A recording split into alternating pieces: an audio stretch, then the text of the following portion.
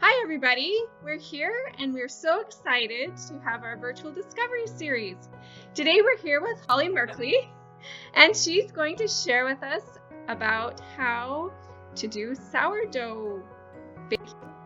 So hi Holly, thanks for coming on with us. Hello. Okay, now Holly's going to show us how to make sourdough waffles. So I'm excited to see how this works. Okay, so after you feed your starter, it needs to sit for at least 4 to 5 hours. You can leave it on your counter or you can put it in your fridge, either way is fine. Obviously, if it's on your counter, it's going to be probably a lot more active. But when I'm making waffles, I just pull it right out of my fridge, and this is what it's going to look like. And you know it's alive and happy because you can see all those air bubbles. Yeah. So that just shows that it's happy and healthy. Cool. And it's ready to use. So when you use it, you kind of give it a little stir and you push out all those air bubbles as best you can, so you can get a good measurement of your starter. And the recipe for our sourdough waffles calls for a half of a cup of sourdough starter. So I'm going to measure that. I personally don't measure, but when somebody's first learning, they like It should measure, okay. So I'll be a good example and measure this time, but usually I don't. I just kind of plop them in there. Like I said, it's an art. An artist kind of does, you just kind of, as you do it more, you just, you know what it needs to look like. Right, So, yep. So I measure that into a big bowl. And whenever you take out of your ecosystem, out of your starter, you need to feed it again because you've disrupted that whole ecosystem and now it needs new food supply. So as I'm making waffles, I'm going to take out what I need, and this will be the same for bread. I take out what I need, put it in my bowl, and then I always make sure I have at least a cup. But I probably have a good half of a cup left in my jar. So I will feed this first. So I give it its half a cup water, and then it's the 1 cup of flour. I mix that all in. I put it in my fridge. So you just do it right then, so you don't forget, and you just right then. Yep. So it's all fed. Yeah. So then, when I'm making my waffles, I now have my starter in my bowl, and the recipe calls for 1 cup of water, or sorry, 2 cups of water. So I add to this 2 cups of water.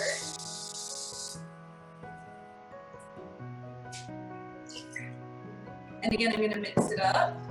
Does it matter if it's water. warm or cold or anything? It doesn't matter. My water's usually room temperature, and it just, if you're getting it too cold, it's just not going to dissolve as well. Right. Okay, so I just dissolve that starter in there. And then this is called a sponge. But this is where this is the time where you put the water, the starter, and then any grains that you're using. So in my waffles, I like to add some oats. So for this recipe, I add half a cup of oats. Just mix them in just a little bit. And then 2 cups of flour. And again, this is freshly ground wheat flour. It's a little bit airy.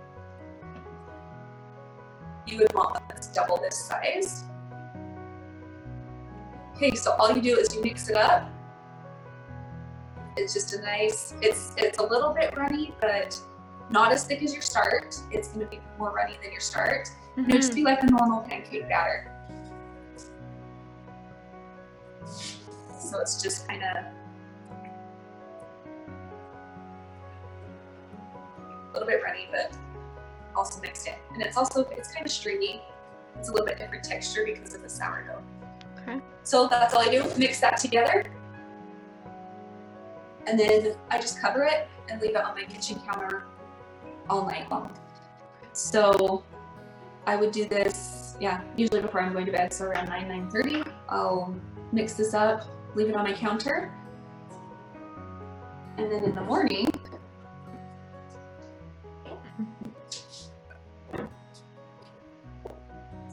uncover it. And so here's my bigger bowl. This is now set up. You can see on the edges, see how that's the little air bubbles.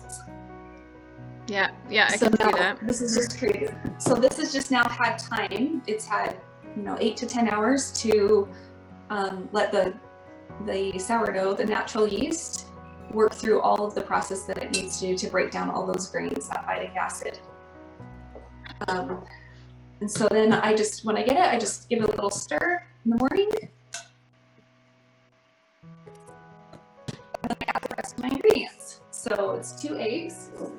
And I either use these eggs, but I also love to use flax eggs. And a flax egg is just 1 tablespoon of flax and 2 tablespoons of water. And you just stir it up and let it sit for a minute, and it gets kind of the same consistency of an egg. And flax is just another nutrient that good nutrient. So 2 eggs or a flax egg. I've never heard of the flax egg before. That's cool. Yeah, there's also chia eggs too. So just lots of different nutrients that you can pump into yourself in the morning. Okay, so I just mix that in a little bit. Not a ton of mixing at this point. I like to add an extra ½ cup of water just because I find it gets too thick for what I like to do on my waffle iron. So it's very forgiving. It really is. You can get it to a consistency that you like. So this is, I just like to give it a good, so it's all homogeneous now. Mix like that. So 1/4 of a teaspoon of salt. And 1 teaspoon of baking soda.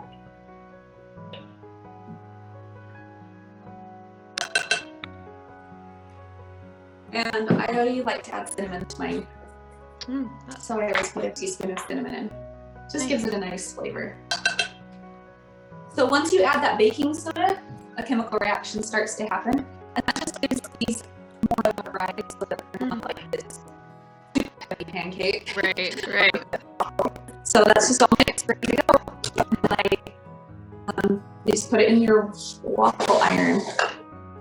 Awesome. So that's it. It's very simple. I love to do it because it makes my mornings quick. Like, all I'm doing is adding these last 2 ingredients, mixing it up, and it's ready to go. Yeah. So if you plan ahead the night before, then it is always nice to have breakfast. Kind of, you're like, oh, this is what's for breakfast. You add a few things. So do your children like the waffles in your family? Oh yeah. And so there's a couple pictures that you can see. We love to put like mangoes, coconuts, berries. Nice. Okay, I mean, whatever toppings you like to put on. They're very versatile. You can use a lot of other grains in these. I experiment, like I'll use buckwheat flour, spelt, all kinds of different things I'll throw in there.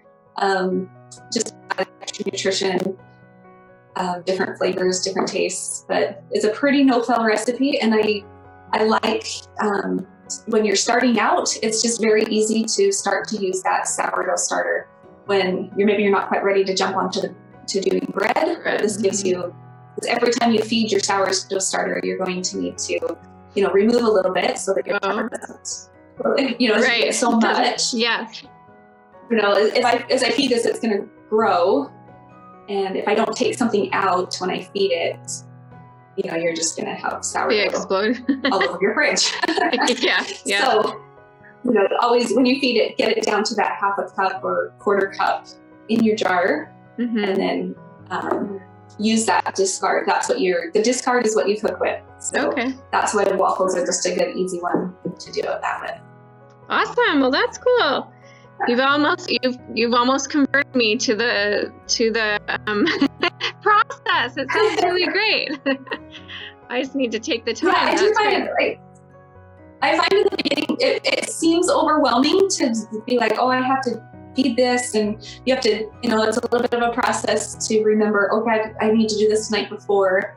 But as you do it a few times, you find like it's very hands off, even though it requires that long fermenting time. Mm-hmm. It's a quick, the actual what you are doing. So. Well, that's great. Awesome. Okay, thanks for showing us how to make those waffles. That's great. And is there anything else that you'd like to add for this episode about any other tips or any other, where do we get our sourdough start? Yeah, so if you would like to get sourdough start, we'll post, there's an email address, sourdoughfun692@gmail.com. So you can email me and I can get you some sourdough start from mine. Or if you're really adventurous, you can try to make your own. If you just Google how to make a sourdough start, there are so many tutorials out there. So I have never tried to make my own start. I received this one. It's like a 200-year-old start. It works great for me. So I haven't ventured into that world of making your own, but that is definitely an option. Or if you know somebody else that has one, usually people are very willing to share with them. So those are my recommendations for getting them. If you would like one from me, just send me an email to that email address, and you can get started. And I'm always willing to answer questions. So you can email me questions, and I can direct you the best I know how. That's awesome. That's so amazing that it's 200 years old. Do you have any story behind who it came from at the very first? Yeah, so there's Richardson, and she, maybe 15 years ago, really started to get into the sourdough scene, and she was able to find somebody that had this start, and it had been passed down for many generations. And so I was able to get the start from her, from a friend of hers is where I got it from. But that's just kind of how it is. You just pass it on, and it adapts to your home. Like, this start is very unique to my home. So when somebody takes it from mine, it kind of goes through a little bit of a shock almost, because it's getting fed different wheat flour. It's in a different environment. It's now, different temperatures, different things. So it really is a live thing that you learned to take care of. And as it goes to a different environment, it needs to be cared for. That's so great. Awesome. Well, thank you so much for doing this and showing this to us. It's very interesting. I really learned a lot today.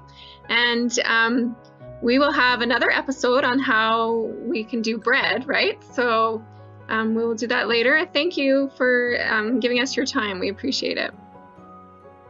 Absolutely.